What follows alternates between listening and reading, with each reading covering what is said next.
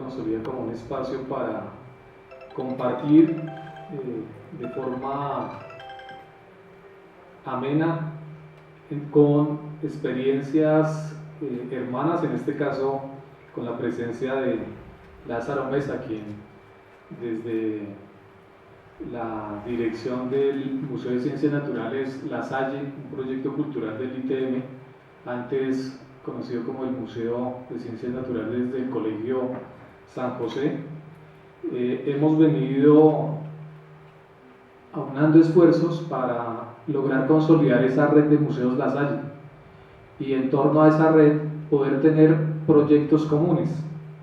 Es precisamente lo que Lázaro en esta tarde nos va a compartir desde su experiencia como antropólogo, estudiante de maestría también en este caso de historia, un proyecto que han emprendido en el museo para revivir un escenario que históricamente pues estuvo asociado a un trabajo que realizó el hermano Daniel en el Colegio San José.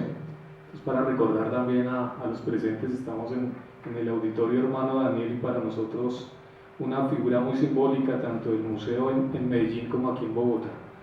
Entonces Lázaro, pues nos alegra como siempre pues la fraternidad que nos has manifestado para acompañarnos y para seguir en comunicación en torno a estos proyectos comunes. Nosotros aquí también tenemos el sueño de tener un observatorio, un hermoso mirador aquí en la terraza del museo. Trabajaremos por eso. Hay un grupo que está interesado propiamente en fomentar el interés en la astronomía aquí en la universidad. Entonces, Lázaro, bienvenido, esta es tu casa. No, gracias José por invitarme y a ustedes por venir. Como lo venía diciendo anteriormente, yo no soy astrónomo, entonces no, yo creo que no hay necesidad de micrófono. Para la grabación. Para la grabación, ok.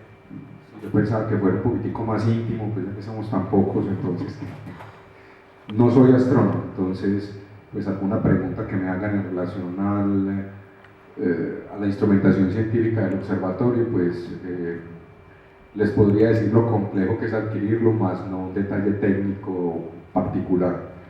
Esta conferencia tiene como finalidad hacer un acento en un asunto que me llama notablemente la atención, y es que el observatorio se hace posible por la memoria y por el patrimonio que él materializa. O sea, es un proyecto que tiene la posibilidad de ejecutarse, no propiamente porque haya un apoyo particular a quienes hacen astronomía, sino que hay toda una legislación que regula asuntos relacionados con las diferentes expresiones de eso que llamamos patrimonio institucionalizado. Entonces es ahí donde creo yo que hay una competencia para mí como antropólogo en perspectiva de poder sacar un trabajo como este adelante. La conferencia se llama Museos, Memoria y Patrimonio, o los caminos para poder ver hacia las estrellas, porque en realidad para poder hacer el ejercicio del observatorio, como lo dije anteriormente, pues fue más un ejercicio de patrimonio y de memoria. Como lo dijo José anteriormente, pues el observatorio está adscrito al museo, y es desde el museo donde nosotros logramos activar esta iniciativa. Pues bueno, algún día nosotros podamos estar desarrollando investigación en astronomía que aporte no solamente a la ciudad, sino también en un contexto más amplio. Lo que es fundamental para nosotros hoy es todo lo que tiene que ver con la función educativa del museo y con la función educativa del observatorio. Miren, yo antes de llegar a trabajar en el Museo de La Salle, trabajaba en la sección de historia del Museo Universitario. Yo cuando llegué al museo, pues créanme que no me había familiarizado con las piezas que el museo alberga, sino que estas eran las piezas de la colección que yo tenía que preservar.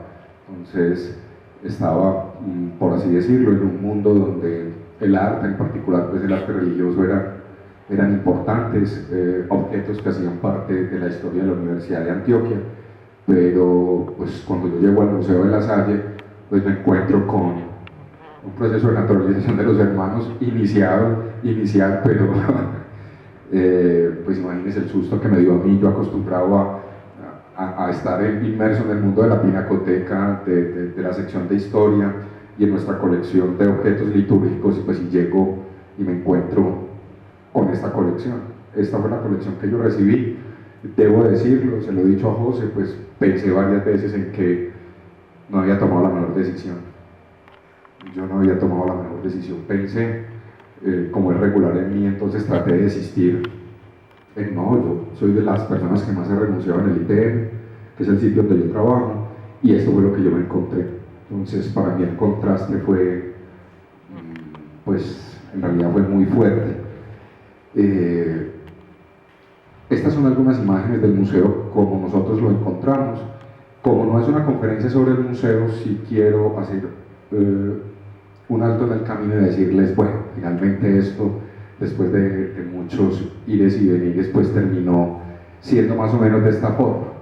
Pero pues al hacer una conferencia que tenga que ver con la memoria, pues yo les estoy compartiendo mis recuerdos y estoy esperando que algunos olvidos hoy se hagan presentes. Así lo terminamos, por lo menos entregando. El asunto es que cuando yo puedo poner en funcionamiento el museo, entonces me percato de un asunto que es súper particular, y es que en el colegio San José de Medellín hay un observatorio.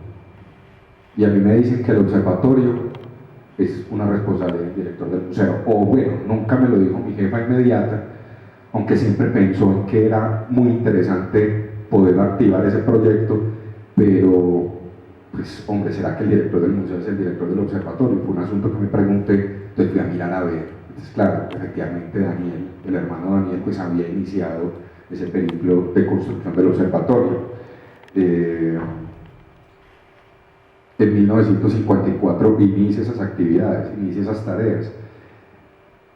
Marco Antonio, que fue otro de nuestros directores, pues bueno, no tengo información en relación a qué actividades hizo Marco Antonio, pero la realidad es que estas dos personas que dirigen el museo, o que dirigieron el museo en el que yo hoy trabajo, pues siempre le ponen a uno la vara alta, ¿cierto? Entonces, pues imagínense yo, pues comparado con el hermano Daniel, pues que nada. Entonces, bueno, pues vamos a mirar a ver, pues cómo es que se hace esto, o sea, cómo vaya a ser para activar ese observatorio. Y ahí es donde entonces encontré que sí había una posibilidad para mí, y era bueno, entonces finalmente, cómo fue la historia del observatorio. Muchas preguntas se hacía Daniel en relación al origen de la vida, y esas preguntas lo llevaron a preguntarse si ese origen de la vida pues estaba por fuera de esto que nosotros llamamos planeta. Este es un mural que hay en el museo, lo hizo un copista de Medellín, bueno, esa palabra no es precisa, de Santa Rosa de Osos. Y lo que hace un copista es que una persona como Daniel pues le dice, mire, hágame esta obra, y esta obra está en nuestro museo, un árbol filogenético humano, todo el proceso, por así decirlo, de cambio y transformación, mejor dicho, aquí se origina la vida.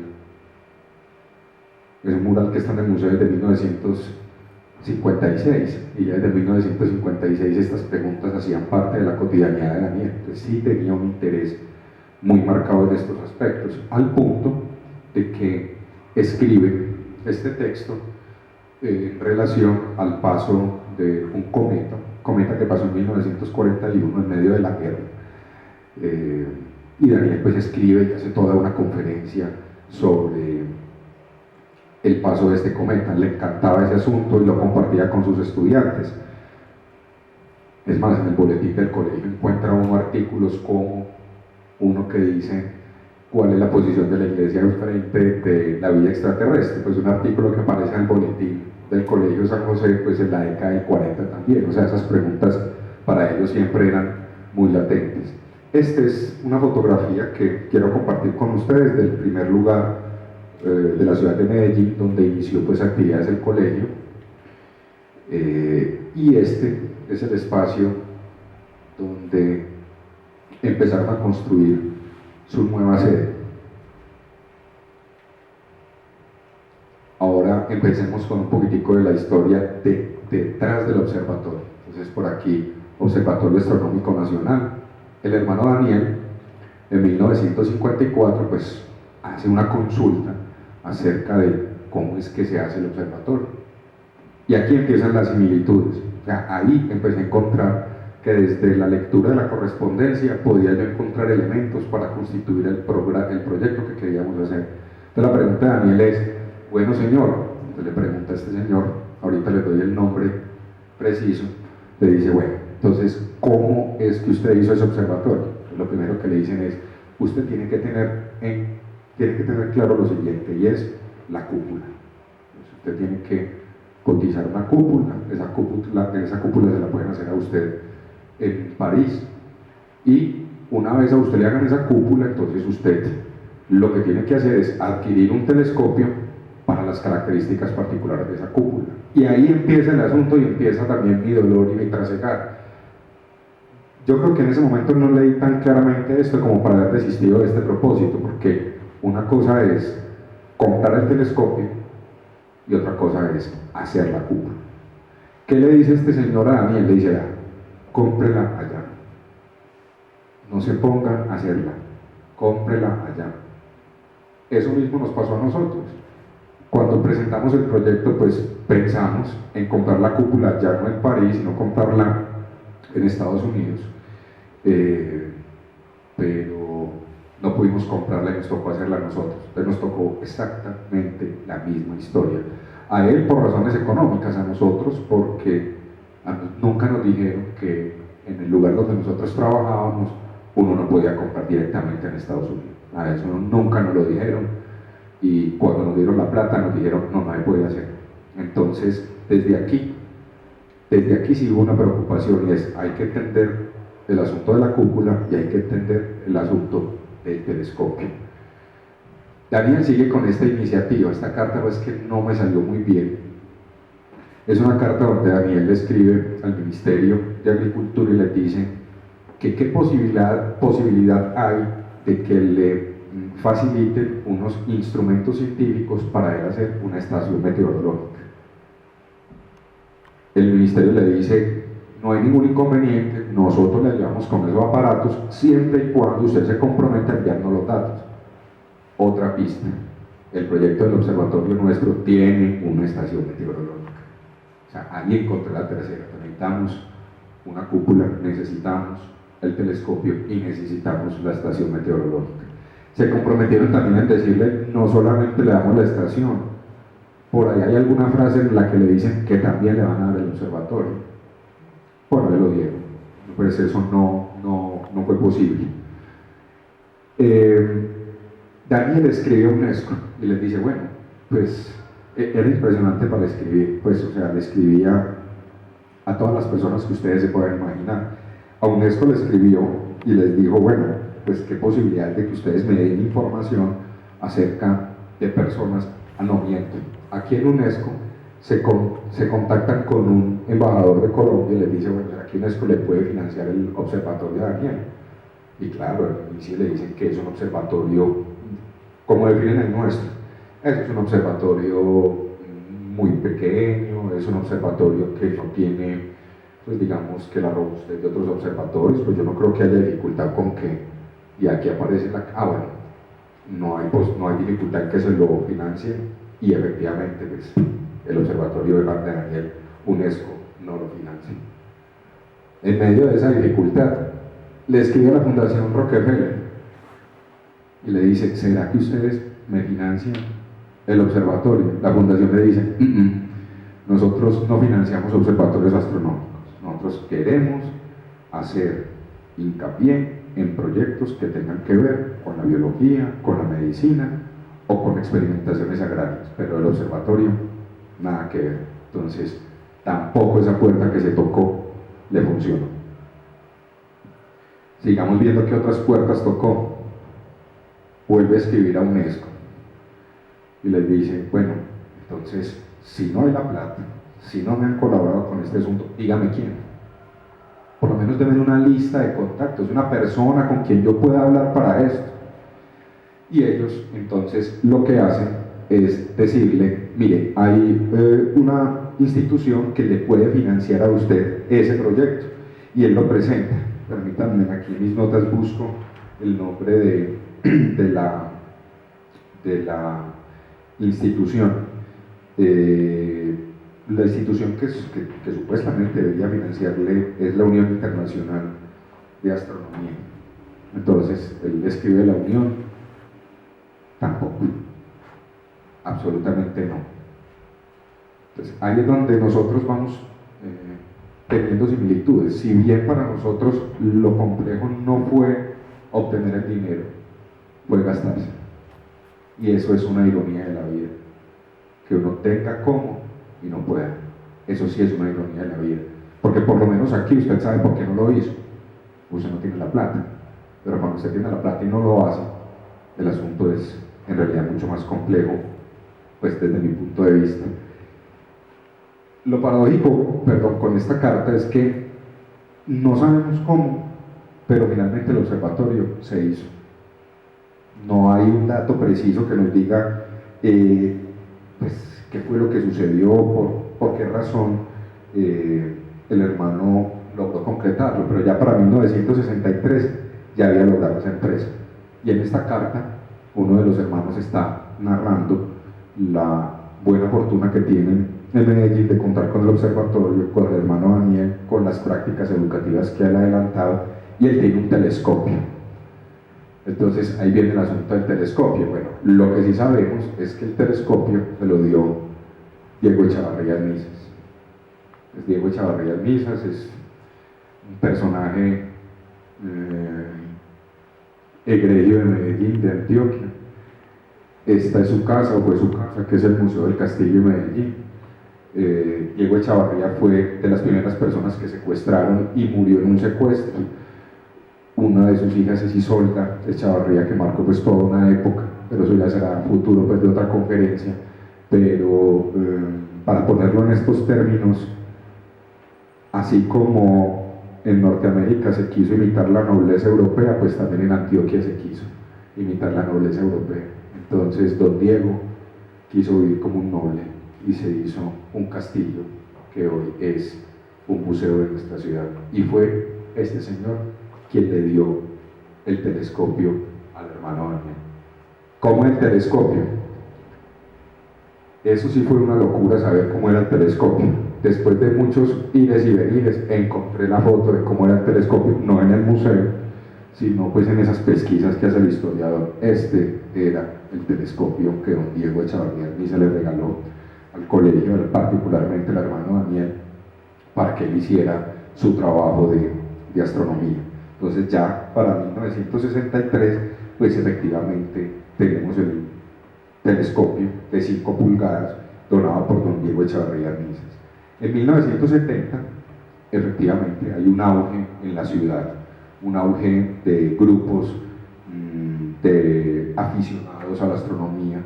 Muchos de estos grupos de aficionados son los que terminan gestando el planetario de la ciudad de Medellín. Pero con los museos, y creo yo que con muchas instituciones similares a él y muchas instituciones culturales, pasa algo, y es que se va el director y se va el museo. Se va el director y ya entonces el festival o la actividad que él dirigía o apoyaba como que queda en un limbo. Entonces, lo que sabemos es que entre 1986 y 1987, o sea, en el 70 un gran auge de la astronomía, hay asociaciones como la Asociación Colombiana de Aficionados a la Astronomía, la Sociedad Julio Garavito, que tienen origen en la ciudad de Medellín y que son aquellas que logran por fin concretar su sueño elaborando un planetario para la ciudad. De 1970 y la década de los 70, además de esos datos no encontré ninguno, pero sí en 1986 encontré que ya se necesitó restaurar la cúpula, y un profesor de física y a su vez alguien que se había especializado en hacer estos domos, pues son los que entran a restaurar la cúpula. Sabemos que en el 2001, entonces miren el salto, pues de 1987 al 2001, encontramos en nuestros archivos que el colegio que se preocupó por nuevamente activar la astronomía, desarrollaron algunas prácticas, inauguraron el observatorio, pero eso es una situación muy regular aquí inauguran en el 2001, ya en el 2002 ya no hay presupuesto para seguir con el proyecto, en el 2003 desapareció. En conclusión, nosotros tenemos datos del observatorio hasta el 2001. Ahora, pues finalmente, ¿cómo quedó el observatorio? Pues esta es una de las fotos que tenemos y este es el observatorio. Por aquí, si no, aquí en este balconcito hacia adentro queda el museo.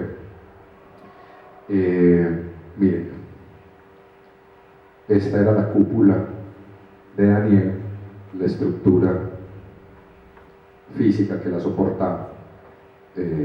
Particularmente el observatorio fue construido muy cercano a la fachada y bueno, ya con los años fue también deteriorando la fachada porque no hicieron accesos para poder hacerle algún mantenimiento, pero este es el observatorio como finalmente pues Daniel logró pensarlo y concebirlo.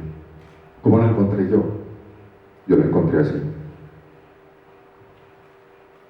Ese fue el observatorio que nosotros encontramos. La cúpula es una estructura ya en desuso, una cúpula que inicialmente, bueno, este señor que les dije que le había dado información a Daniel acerca de la cúpula le decía, vea hermano, usted la puede mover con la mano, vea pues, mira el tamaño de esto, o también puede tener un sistema con un motor que haga que la cúpula se mueva. Pues en realidad la cúpula nunca tuvo el motor, se movía a mano. Entonces cuando nosotros llegamos, pues esta era la cúpula, esta era la apertura, aquí había unos lugares que hay unos sockets para unos bombillos y lugares para que los estudiantes pues hicieran su trabajo. Finalmente es ahorita les muestro esto, en este proyecto el más viejo soy yo, pues finalmente ninguna persona cuando empezamos el proyecto tenía más de 35 años. Y esta persona que hay aquí, Andrés, es finalmente el motor de toda esta iniciativa. Andrés junto con otro grupo de trabajo fuimos los que sacamos esto adelante, pero es Andrés, o sea, es una persona joven junto conmigo quien saca finalmente esto adelante. Estas eran las escaleras que conducían al observatorio, peligrosas, pues era en realidad un crimen subir allá. Pues aquí vemos el número del salón, el número que le había puesto al observatorio, y bueno, que es finalmente lo que nosotros le proponemos al ITM para poder entonces iniciar ese sueño de poder, inicialmente pensamos eso, o sea, inicialmente en nuestras ensoñaciones, en nuestra vida tan alejada de la realidad, nosotros soñábamos con que nosotros restaurábamos la cúpula, restaurábamos la estructura y comprábamos los equipos técnicos. O sea, eran los sueños de nosotros, completamente alejados de la realidad.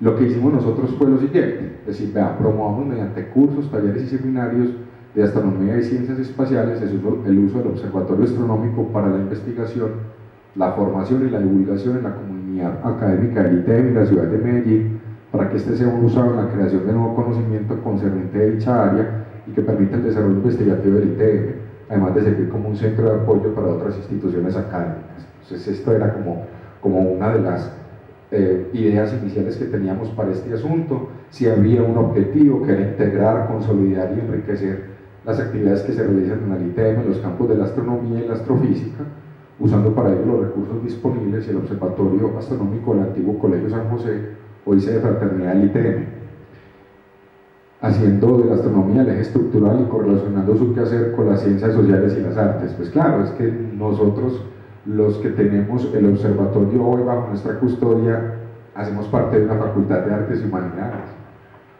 En el instituto no hay un pregrado de biología, como tampoco hay un pregrado de astronomía. O sea, el museo es un museo, como el observatorio es un observatorio adscrito a una facultad de artes y humanidades. Inclusive el compañero que anteriormente les mostré, pues me preguntaba que cómo era posible que nosotros fuéramos quienes tuviéramos bajo nuestra custodia tanto el museo como el observatorio. Y ya uno después del tiempo se da cuenta que sí, que es posible y que algunas veces puede ser mejor, por lo menos en el contexto del instituto, ¿sí? Nosotros siempre nos preocupamos porque el observatorio tuviera este matiz. Bueno, entonces nosotros ¿cómo vamos a vincular esto pues con las áreas de formación nuestras? Antropología, historia, filosofía, artes visuales, biología, pues ese es quizás el valor agregado que el proyecto tiene. Indiscutiblemente a un antropólogo no le van a avalar un proyecto para hacer un observatorio astronómico si no encuentra un par académico a quien presentarle una propuesta y que el par académico diga, eso sí, como que sí funciona, ¿cierto?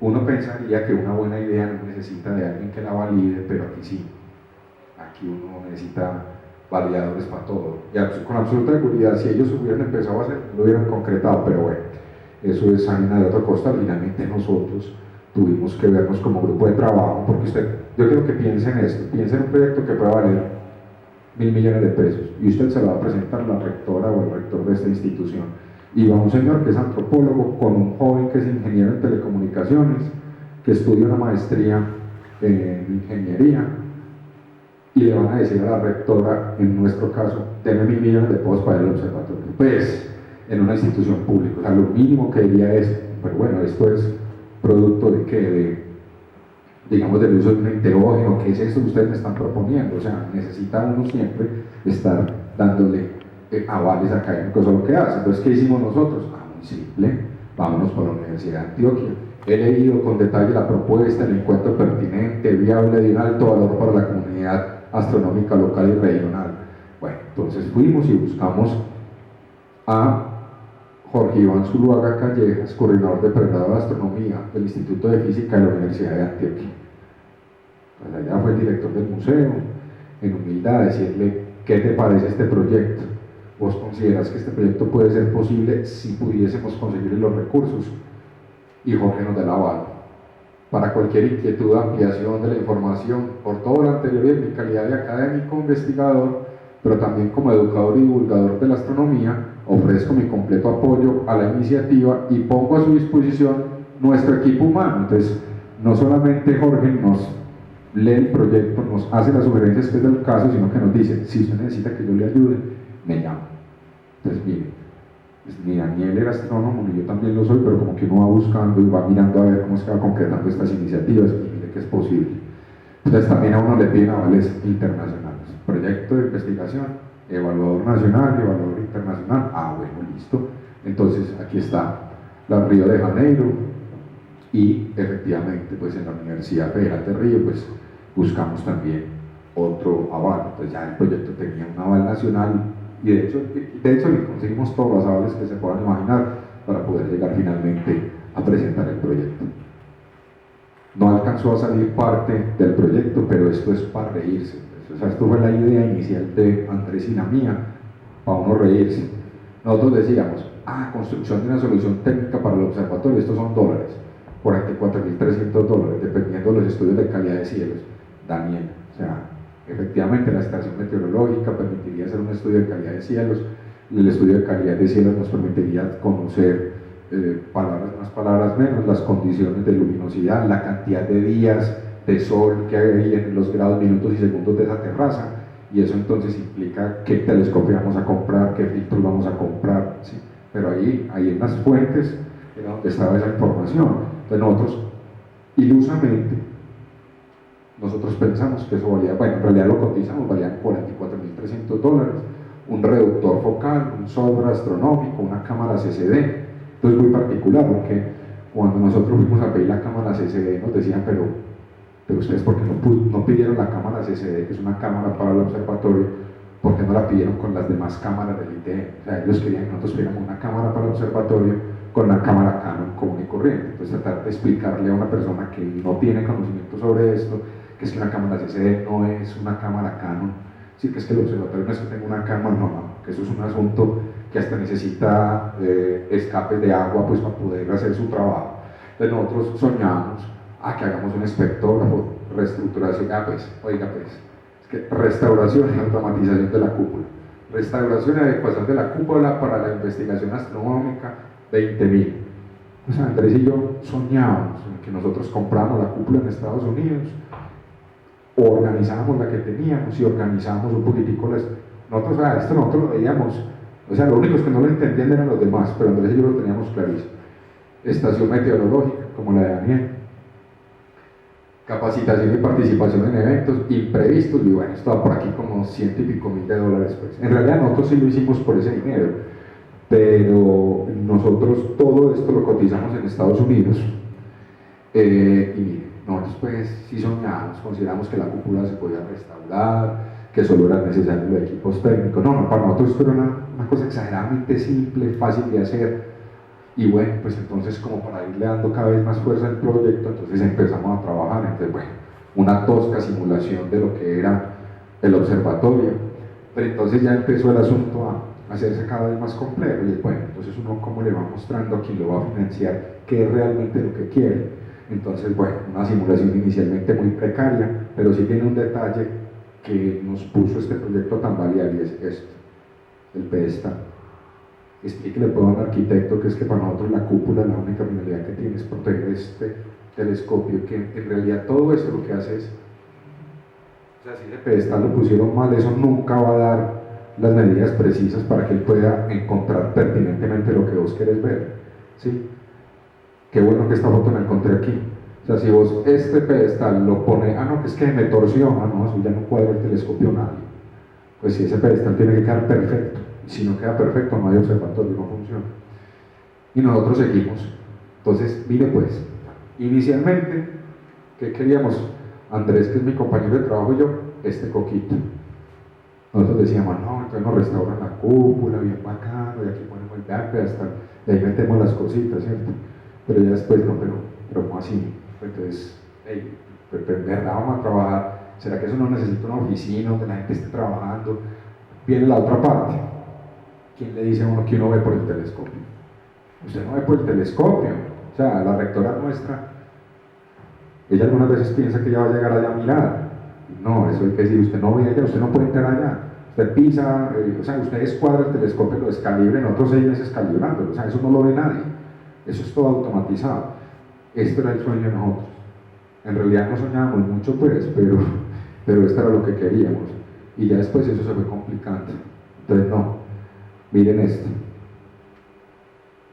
Unas bases, unas columnas para poder soportar esto. Pero ya les voy a explicar por qué esto terminó siendo algo como esto. Porque, bueno, además de eso que les acabo de mostrar ahí, pues también tocó comprar la estación meteorológica. Esta era la que Daniel pues soñó que le llegara al ministerio y nunca le llegó. Entonces sí le llegó, y creo que hicieron algunos estudios, lo que no llegó fue el observatorio, pero nosotros también tuvimos que comprar la estación meteorológica, y con la estación meteorológica pues hacer datos y obtener una cantidad de información para el proyecto. Otro de mis compañeros, paradójico, porque esta persona es una persona que no tiene una profesión universitaria, estudió la ingeniería y después de estudiar la ingeniería salió a ejercer su actividad, pero siempre la ejerció con la instrumentación científica y aprendió. Entonces trabajó en un almacén muy famoso que existió en Medellín, donde vendían cámaras fotográficas, y él aprendió haciendo y leyendo óptica y todo lo que tiene que ver con la instrumentación óptica. Casi no lo contratamos. Jorge le tocó darle la bala, porque entonces es uno como, cuéntame qué formación tiene usted, no, pues bachiller. Entonces que lo contratamos como bachiller sabiendo que él es el único que sabe manejar todas estas cosas para poder hacer. Entonces todo lo que uno estudia por su cuenta y se va preparando, y la experiencia, pues siempre en esta institución es muy complicada de poder lograr hacer. Entonces casi el contrato más difícil del ITM, el de este año. Hubo que encontrar un contrato con una aval internacional. Usted puede creer eso, pero es el sector público y lo entiendo perfectamente. Casi no lo contratamos, lo voy haciendo el estudio de carreras y después en la foto está muy nublada, pero ese señor chupó sol 2 o 3 meses y trasnochó 2 o 3 meses pues, haciendo medidas para el observatorio. Miren, nosotros en la medida en que íbamos depurando el proyecto íbamos haciendo cosas. Ahora vieron las simulaciones, ahora les mostré que habían unas vigas nuevas, ahora resulta que es que no, que es que teníamos que tener planos, pero nosotros nunca nunca pensamos que esto tenía que ser así. Nosotros pensamos en contratar una empresa que se llama OptCorp, y esta empresa manda todo a Medellín, y eso llega a la puerta del ITM, y usted no es sino armar la cúpula. Y bueno, aquí hago un alto en el camino. Entonces el tipo nos decía en Estados Unidos: yo les mando la cúpula, ustedes la arman. Entonces a nosotros nos decían desde la Secretaría General: pero ¿cómo van a correr ese riesgo? Una cúpula que no se puede armar. Doctora, eso se arma pues en Estados Unidos. El que tenga compra una cúpula, pues eso no es una cosa del otro mundo. Querían que trajéramos los técnicos de Estados Unidos a armar la cúpula, y el señor nos decía como: pues qué extraño es en Colombia, que pues sabes que eso lo arma cualquiera, si usted quiere pagar $1.500 diarios de viático, yo los mando. Pero nosotros siempre pensamos en que todo se compraba y todo se instalaba, nunca que lo teníamos que hacer. Y así presentamos el proyecto. Pero como la gente no respeta los proyectos, no lo lee. Entonces, miren, ahí van viendo la cúpula ya diseñada. Entonces resulta que quien soporta ese huevo que pesa varias toneladas, entonces cómo tienen que ser las vigas, y ahí viene el asunto. Andrés, Lázaro y otros 3 diseñando eso, que es lo más particular. Ninguno de nosotros es ingeniero, por lo menos civil. O sea, todo lo que ven ahí lo desarrollamos nosotros para poder sacar este proyecto adelante, porque lo que nosotros nos mató fue esto. Aquí no lo alcanzan a ver, pero decía: el 22 de agosto del 2012 a nosotros nos genera este código, y la oficina de planeación nos da 176.395.550 pesos. Sí, pero es que el asunto es que nosotros pensamos que esa plata iba a llegar, por así decirlo, en un mes, después de presentar el proyecto. Y pensábamos que este proyecto lo íbamos a hacer en 16 o 24 meses. Pero lo que nosotros no sabíamos era, primero, que no podíamos importar la cúpula, porque el esquema de contratación y compras de la institución no lo ve viable. Lo otro que nosotros no sabíamos era que nosotros no podíamos hacer la construcción del observatorio porque necesitábamos un permiso de curaduría urbana. Un permiso de curaduría urbana para subir un muro 4 centímetros. Pero a nosotros nadie nos dijo que eso, ¿sí? Fuera de eso, que hacer el trámite se demoraba 4 meses. O sea, nosotros tenemos un observatorio que está dañando la fachada del colegio, nosotros vamos o la fachada del edificio, lo vamos a retirar, y la curaduría urbana nos dice que nosotros tenemos que presentarle todos los trámites para poder construir el observatorio. O sea, nosotros vamos a construir un nuevo observatorio porque ya la estructura no lo soporta, y la curaduría urbana nos pide hacer todo el trámite. Entonces, a nosotros nos dan la plata el 22 de agosto, pero ¿quién nos dijo lo de los trámites? Absolutamente nadie. Lo más particular es que por todas las formas posibles tratamos de ejecutar ese dinero, y presentamos estudios previos, cotizaciones, justificaciones. Nosotros le dimos la vuelta a toda la contratación pública con el proyecto del observatorio. Yo le hago de una mínima cuantía hasta una licitación internacional, y por ninguno de esos medios lo compramos, pero nos tocó hacerlo con el afán de poder ejecutar esta plata, que no ejecutamos, y casi pues me cuesta a mí la sacada del ITM, porque pues finalmente esa plata no se ejecuta y uno no puede comprometer vigencias presupuestales. Entonces, ¿a quién le fueron a dar los 176 millones? No sé, pues no fue a mí, y eso sí que me metió en un problema. No hay nada más complicado en lo público. Bueno, vale la pena aclarar, yo trabajo en el Instituto Tecnológico Metropolitano, es una institución universitaria adscrita a la Alcaldía de Medellín, y pues nosotros, al ser adscritos a la Alcaldía de Medellín, al municipio, perdón, entonces tenemos unas maneras particulares de comprar. Todo se hace por la vía de licitaciones, elecciones abreviadas, mínimas cuantías, es decir, la contratación pública tiene formas, y así es que nosotros compramos. Entonces, a nosotros nunca nadie nos dijo esto. Nunca nos dijeron que en el 2012 nosotros no podíamos hacer la obra física del observatorio. Nadie, absolutamente nadie. La teoría urbana, entonces tocó, miren el superplano. Sí, pero ¿quién dice que en el Museo de Arquitectos? Somos solo Andrés y yo, ese muchacho que les acabo de mostrar, y yo. Pues hablar con nuestra jefa inmediata y buscar un profesor en el ITM, arquitecto, para que nos hiciera los planos para poder cumplir con el requisito de la curaduría urbana. Lo que pensé que era restaurar la cúpula, restaurar y comprar los equipos, y los vamos a comprar en Estados Unidos, no se puede porque no podemos comprar en Estados Unidos. No podemos tumbar el edificio porque entonces la curaduría urbana nos demanda. No se puede gastar la plata porque así no se gasta la plata en lo público. Finalmente terminamos de pensar en esa coquita que les mostré, haciendo un plan en todos los detalles que esto tiene. Tiene 14, son 14 planchas para poder lograr hacerle el beneficio a la ciudad. En general lo que nosotros íbamos a hacer era, bueno, aquí ven otro plano más del observatorio, miren cada vez como va cambiando más en la medida en que lo vamos haciendo y cada vez se aleja más de la idea inicial que nosotros teníamos. Esto que les voy a mostrar aquí no me lo van a poder creer. Por un lado va la construcción del observatorio.